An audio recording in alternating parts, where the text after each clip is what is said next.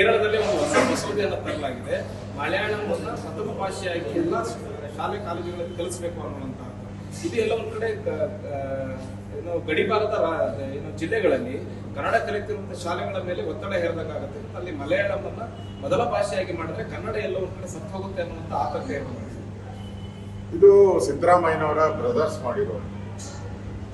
Siddaramaiah DK Shivakumar ಅವರ brothers. ಯಾಕಂದ್ರೆ ಕೇರಳ ಅದು ಯಾವುದು INDA ಅಲ್ಲ, INDA ಅವರ partner, close partners, friends, closest ಅವ್ರಿಗೆ ಮೊದಲೇ ಇವ್ರ ಹತ್ರ ಮಾತಾಡಿರ್ತಾರೆ. ಇವರು ನಾನು ಒದ್ದಂಗೆ ಮಾಡ್ತೀನಿ, ನೀನು ಒದ್ದಂಗೆ ಮಾಡು ಅಂತ ಅಷ್ಟೇ. ಇದು ಏನು ಬೇರೆ ಏನೂ ಇಲ್ಲ. ಯಾಕಂದ್ರೆ INDA ಪಾರ್ಟ್ನರ್ಸ್ ಅಂದ್ರೆ ಏನೇ ತೀರ್ಮಾನ ತೆಗೆದುಕೊಳ್ಬೇಕಾದ್ರೂ ಮಾತುಕತೆ ಇರ್ತದೆ, ಸೌಹಾರ್ದತೆ ಇರ್ತದೆ. ಇವಾಗ ನಮ್ದಿಲ್ವಾ, ನಮ್ದು JDS ಇರ್ತದೆ, ನಮ್ದು ನಿತೀಶ್ ಕುಮಾರ್ ಪಾರ್ಟಿ ಇದೆ, ಏನೇ ಮಾಡ್ಬೇಕಾದ್ರೂ ತೀರ್ಮಾನ ಆಗುತ್ತೆ ಇದರಲ್ಲಿ. ಇದು ಏಕಾಏಕಿ ತೀರ್ಮಾನ ಮಾಡೋರೆ ಅಂದ್ರೆ ಇದರಲ್ಲಿ ಸಿದ್ದರಾಮಯ್ಯನವರು DK ಶಿವಕುಮಾರ್ ಕೈವಾಡ ಪಕ್ಕ ಇದೆ. ಇವ್ರ ಬ್ರದರ್ಸು ಅವರೆಲ್ಲ ಚರ್ಚೆ ಮಾಡಿ ನಾವು ಸುಮ್ಮನೆ ಕನ್ನಡ ಅಂತೀರಿ, ನೀವು ಮಲಯಾಳಿ ಅನ್ನಿ, ಅಲ್ಲಿ ಮ್ಯಾಚ್ ಮಾಡ್ಬಿಡೋಣ, ಇಬ್ರು ಮ್ಯಾಚ್ ಫಿಕ್ಸಿಂಗ್ ಅಂತ ಮಾಡ್ಕೊಂಡಿರೋದು. ಹಂಗಿದ್ದಿದ್ರೆ ಆಕ್ಷನ್ ತಗೊಂಡ್ಲಿ ಸಿದ್ದರಾಮಯ್ಯನವರು. ಕಾರವಾಗಿ ಪತ್ರ ಬರೆದಿದ್ದಾರೆ ಪಿಣರಾಯಿ ವಿಜಯನ್. ಅದೇ ಹೇಳ್ತಾರೆ, ಅಂಡರ್ಸ್ಟ್ಯಾಂಡಿಂಗ್. ಅದು ಕಾರ ಅಂದ್ರೆ ಆಗಲ್ಲ. ಅವ್ರು ಹೆಂಗ್ ಹೇಳಿದ್ರು ಹಂಗೆ ಹೇಳಿದ್ರ.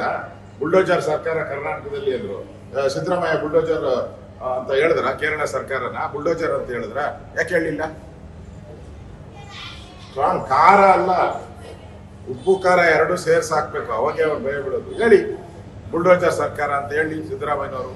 ಕೇರಳ ಸರ್ಕಾರ ಹೇಳಲ್ಲ. ಇದೆಲ್ಲ ಮ್ಯಾಚ್ ಫಿಕ್ಸಿಂಗ್. ಇದು ಕನ್ನಡಕ್ಕೆ ದ್ರೋಹ ಬಾಗದಂತ ಸರ್ಕಾರ.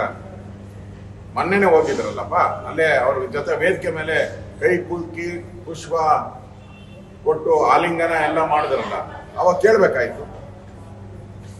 ಬರ್ಬೇಕಾದ್ರೆ ಪೂರ್ವ ತಯಾರಿ ಆಗಿರ್ತದೆ, ಅಲ್ಲಿ ಹೇಳ್ಬೇಕಾಯ್ತು. ಏನೂ ಇಲ್ಲ. ಯಾವ್ದಾವ್ದಕ್ಕೂ ಕೇಂದ್ರ ಸರ್ಕಾರ ಅನ್ಯಾಯ, ಮೋದಿ ಅನ್ಯಾಯ ಅಂತಾರಲ್ಲ. ನಿಮ್ ಪಾರ್ಟ್ನರ್ಗಳು ಮಾಡ್ತಾವ್ರಲ್ಲ ಬ್ರದರ್ಸ್, ಅದನ್ನ ಯಾಕೆ ಅನ್ಯಾಯ ಅಂತ ಹೇಳಲ್ಲ? ಇದು ಸಿದ್ದರಾಮಯ್ಯನವರ ದ್ವಿಮುಖ ನೀತಿ. ಇದು ಒಳ್ಳೇದಲ್ಲ, ಕನ್ನಡಕ್ಕೆ ಮಾರಕ. ಸಿದ್ದರಾಮಯ್ಯನವರು ಕನ್ನಡಕ್ಕೆ ಮಾರಕ ತರುವಂತ ಕೆಲಸವನ್ನ ಮಾಡಿದರೆ ಇದಕ್ಕೆ ಪ್ರೊಟೆಸ್ಟ್ ಯಾವ ರೀತಿ ಇರಬೇಕು ಅಂದ್ರೆ ಬೆಚ್ಚಿ ಬಿಡ್ಬೇಕು ಕೇರಳದವರು. ಆ ರೀತಿಯ ಪ್ರೊಟೆಸ್ಟ್ ಆದ್ರೆ ಜನಕ್ಕೆ ನಂಬಿಕೆ ಬರ್ತದೆ. ಇಲ್ಲ ಅಂದ್ರೆ ನೀವು ಇನ್ವಾಲ್ವ್ ಅಂತ ನಾವು ತಿಳ್ಕೊಳ್ತೀವಿ. ನಿರ್ಭೀತ, ನಿಷ್ಪಕ್ಷಪಾತ, ವಿಶ್ವಾಸಾರ್ಹ ಸುದ್ದಿಗಳಿಗೆ ಮತ್ತೊಂದು ಹೆಸರಾಗಿರುವಂತ ನ್ಯೂಸ್ 18 ಕನ್ನಡ ಈಗ ಆಪ್ನಲ್ಲೂ ಲಭ್ಯವಿದೆ. ದಯವಿಟ್ಟು ಇಲ್ಲಿರುವ QR ಕೋಡ್ ಅನ್ನ ಸ್ಕ್ಯಾನ್ ಮಾಡಿಕೊಂಡು ಆಪ್ ಅನ್ನ ಡೌನ್ಲೋಡ್ ಮಾಡೋದಕ್ಕೆ ಮರಿಬೇಡಿ. ನಿಮ್ಮ ಬೆಂಬಲ ಹೀಗೆ ಸದಾ ನಮ್ಮೊಂದಿಗಿರಲಿ. ಧನ್ಯವಾದ.